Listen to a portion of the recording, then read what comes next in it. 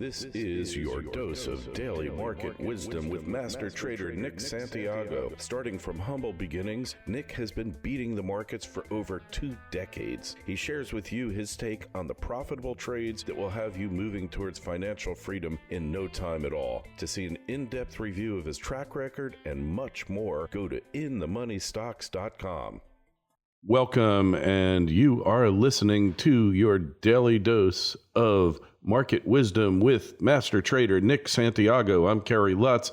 Today is May 15th, Friday, 2020, and this is show number 35. And Nick, silver has again regained its shine, and you made some money on it. I did. I closed out my silver position. We made over 12% on the second half position there. And again, it was, it was all about the chart pattern. The chart pattern told me it was going to go up. The reason why I got out of it today is just that we're entering some resistance zones. And if we get a pullback, I'll just repeat and get back into it again. As you know, actually, since we've been doing these programs, I've done trades in the GDX for really tremendous gains, and I've done that twice. And now we've done silver, and we've also did the silver options, not today, but in the past, and we made some money there. So yes. Precious metals continue to pay us nicely. And again, it's all about the chart pattern. And the chart pattern right now is just running up into a little resistance. We'll wait for a pullback, and then we'll jump on it again, whether it's call options or we'll outright own silver via the SLV.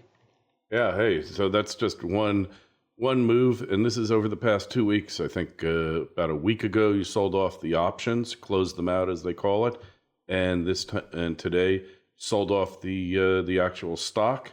And so what are we looking at ahead here? Where do we put our newfound profits? Well, we take them right now and we just sit on them and enjoy them for a day or two. But what we do now is we watch this market and we see what's happening out here. If you remember, the other day we talked about, we triggered a big head and shoulder pattern, and that could take us down as low as 270, 260 on the spiders, potentially on the S&P. That could take us down to around 2,700 or even 2680 or so, like somewhere around there. But if by some chance that pattern fails, that leads to a monster move to the upside. And we went and tested that resistance zone yesterday on the big reversal day. Remember yesterday when we did our show, I was talking about how I'm seeing lots of positives out there, including a reversal day in the financials.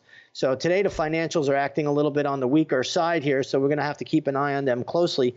But, we're just going to let these charts tell us what to do. And when the charts give us that signal, that's when we put that newfound money to work.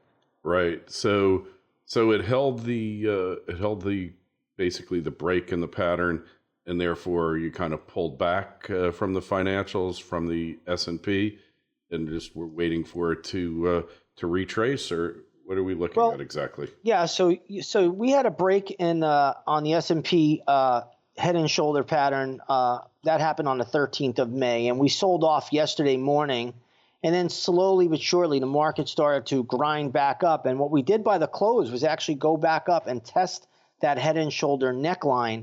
And then, by the way, I'll be teaching a class on this on the 21st of May for anybody that wants to attend. I'm going to show 3 top trading patterns, and one of them will be the head and shoulder pattern and how you trade it and how you find the failed moves. Because a lot of times what we get, if this pattern does fail, we'll get what we call a failed move, and the best moves come from failed moves. That's the old saying we use in the 90s, and you'll get a big reversal move to the upside. So right now, that head and shoulders, though, on the S&P 500 is still in place. So we have not closed above that neckline. But if we do, we should see some pretty robust upside in this market in the near term. At the moment, though, we still got to let that pattern play itself out. So that's where it is, and I'll be monitoring this into the weekend. All right, so we got to keep an eye on this one, because if the downside downward momentum fails, then it's going way higher. Yes. So basically, all we're looking at is a line on the chart. If it closes above that line, then we know it's a failed pattern. And you get usually we'll get a big move to the upside. Now, on the flip side, the pattern's still intact. So we very well could go back down and test those lows. So it's going to be, but we're very close to failing. So we never ever have an opinion one way or the other what it's going to do until it tells us. Yeah, so interesting. And what else have we got going on here? What other things are keeping you focused? Well, I'm watching. I'm watching the energy market right now. Oil is up again today. It's up another $1.60 to $29.20 a barrel, and that's really come back quite a bit. It's come back with a vengeance, considering just a little over a week ago it was negative $38, right? So this has had a tremendous comeback, and as we open the country, as the country starts to open, you'll see more and more uses of fuel oil. So again, so far it looks like Texas and Florida and Georgia have had very, very successful reopenings, and that's a good sign. And more states, I bet, will start to reopen as we go forward here. And again, that's good to see. That's what we need to have happen, not for the sake of me making trades, but for the sake of society. Yes, that's for sure. And we're seeing more stuff open up around the country, and in those states where they're not allowing it to reopen, we're seeing massive demonstrations. We saw in Wisconsin, the Wisconsin Supreme Court struck down the governor's extension of the lockdown order, and the first thing everybody did was hit the bars. Well, people have been, cooped up for so long, and you got a lot of people just ready to just get out right now. And, I took a little beach vacation, last weekend with my family, and it was really surprising and optimistic to see how many people were out there. And they were practicing safe distancing and things like that. There was no trouble out there at all. And it was really just a beautiful, beautiful weekend in Florida. So that's great to see. I would love to get back there this weekend. I don't think that's going to happen with Memorial Day looming, but I am going away for that holiday. So again, hopefully a lot of these hotels start to open up and start to make some money again. Yeah. Hey, well, that's what it's about. And a lot of them, are in trouble, so they have to open up for the sake of survival. And that's what these politicians don't get, that they're saying like 100,000 restaurants across the country have failed and are not going to reopen. But, restaurateurs are used to failing, and they'll wind up opening again eventually, but it's going to take some time. And really, the states have to understand this, that they're creating a really bad situation for their residents, and it's probably going to come back to bite them. Yeah, I mean, I'm a student of history. I've looked back at every plague that has ever existed, that we've ever recorded. I've never seen anything this stupid. This is about the dumbest thing that I've ever seen, where we've shut down the entire economy. I'm not trying to make light of the virus, but honestly, more and more people have caught on to this, that this is absolutely the dumbest thing that we've ever done. Yeah, well, the sooner more people become aware, because a lot of people drank the Kool-Aid here, Nick, and really think that staying at home under the bed with a mask on is going to save them from the Black Death. And the fact is that most people are coming down with the coronavirus have been in their homes. They haven't been out. So what does that tell you? It's really incredible how people don't think they need sunshine and fresh air. I mean, it's just, but you know what? It starts at the top. It starts with a lot of these politicians. I'm going to say a lot of this stuff is political. This is not a political program because I'm a trader. I trade what I see on the charts. I don't trade anything else. But the reality of it is, for the sake of society, you have to conduct business.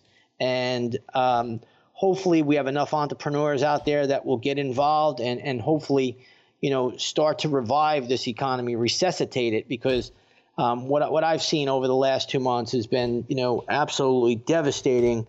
And it's good to see that we're, up and running again to some degree, and hopefully we get back to fully up and running.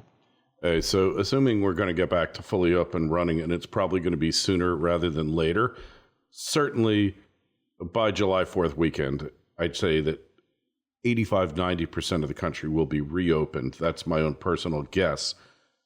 Looking at that, obviously, energy is a major beneficiary of it.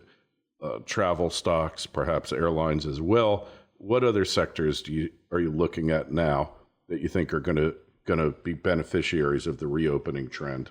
Well, I think everything is going to benefit. And I think the energy stocks, which I have not liked for a long, long time, but recently I'm watching these charts and these charts are acting well and they could be talking to us. So, energy could be a direct beneficiary, not just oil, but I'm talking about maybe the Exxons of the world or the Chevrons of the world, Conoco, the BPs, all the integrated energies, and also the refinery stocks. The refinery stocks, I've been watching them closely as well, whether it's, Marathon Petroleum or Phillips 66 or Valero or Holly Frontier. These charts are acting better. And, they've had pretty good runs. I'm not going to say they haven't had an April run. They did. And now they've pulled back, and those are on my radar now. All right. So refiners okay, so that makes total sense because as the economy restarts, the demand, the appetite for energy, of course, goes up, it increases. What other neglected little sectors tend to be huge beneficiaries, will have major run-ups that nobody's watching? Retail stocks. Yes. Right now, if you look at the retail stocks, and you could do this by looking at the XRT, that's X-Ray Robert Thomas. This is an ETF for retailers. That's the S&P 500 retail ETF. What I'm seeing here is very choppy consolidation, but they are also on my radar. If I get the right setup, I will be jumping on top of them because they have upside potential. And, we all know that Walmart has done great. That's a stock I owned recently and made tremendous profits on. We all know Costco has done well. Target has done well to a fair degree. Home Depot has done extremely well. That chart is still bullish. Lowe's has done well. But I'm talking about now looking at stocks like Best Buy. I'm talking about looking at stocks like Dick's Sporting Goods, TJ Maxx. My wife just went to a Home Goods the other day here in Tampa Bay area. And she said she couldn't. It looked like Christmas in there. There were so many people, and that's a stock that looks very, very poised for a move higher. So I'm looking at select retail names. Now there are stocks like Macy's I don't want anything to do with. It's bottom of the barrel. Gap stores, GPS. Honestly, it has to shape up a lot better. Maybe it will move up as a rising tide lifts all boats.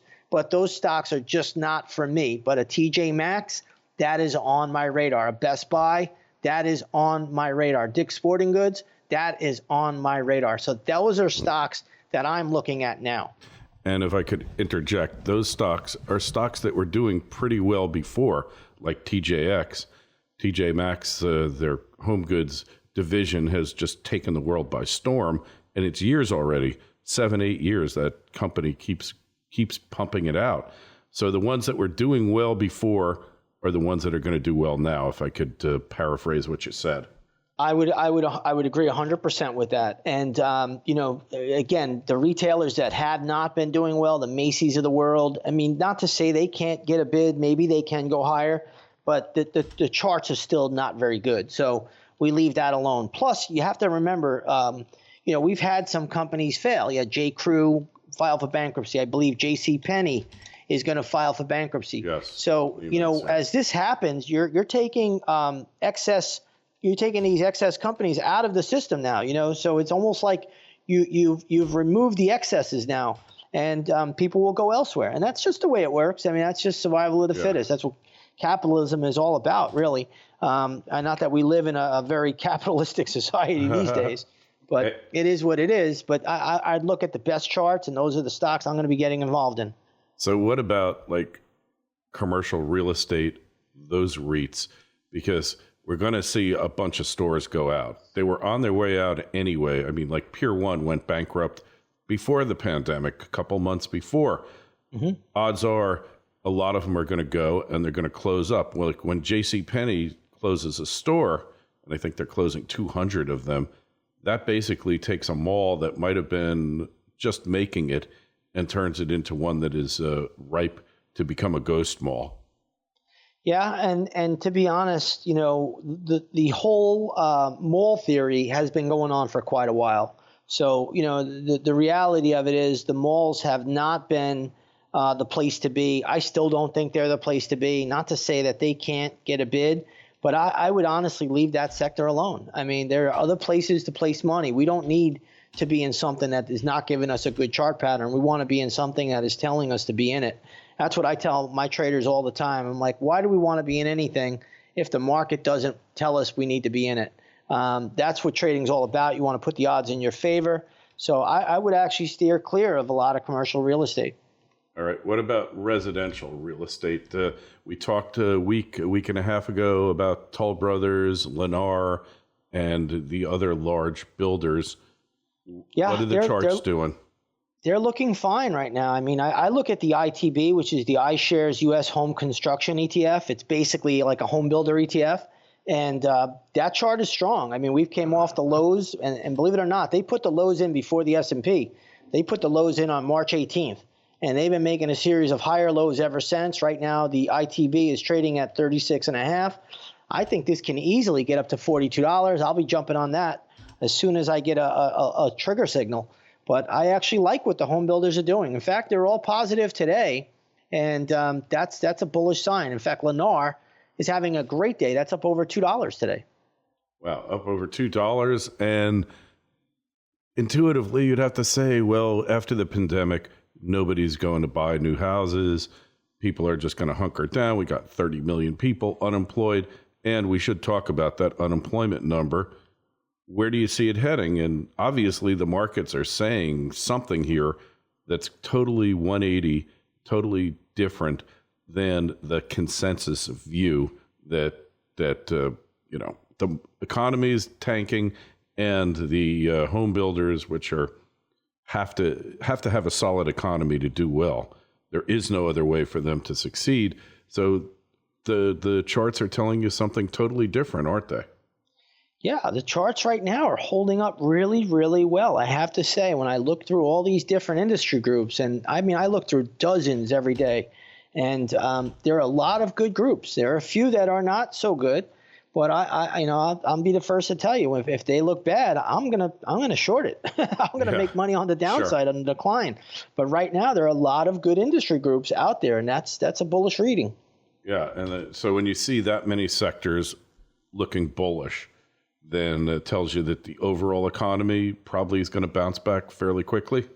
Well, we'll go up to certain levels. And remember, the stock market and the economy are not exactly the same, right? So you can make a fair case. Things were dire in 2009, but I was a buyer of stocks in March 2009. I nailed that bottom. And, we had a huge 1-year run. And it was absolutely tremendous. Meanwhile, people on Main Street did not have a good run. There were still layoffs taking place. There were still lots and lots of problems. So, the stock market is always ahead of the economy by about usually 6 months or so. And I think that's probably the case right now. Yeah, so we hear about central banks buying stocks like the Swiss Central Bank, all of this. Does that show up in the charts? Well, what we see in the charts is really pattern, and I can never say, oh, that's, this central bank or that central bank, but we know that they've pumped in a lot of liquidity into the system. So I like to respect that. When as a trader, I'm not looking to force my will. I mean, I can't tell you how many traders I meet, and they're like, oh, the Fed's putting money in the system. I'm like, all right, well, just if the chart looks bullish, you should be a buyer then. You shouldn't be fighting it. So, I've learned those lessons many, many years ago. Keep your opinion out of it.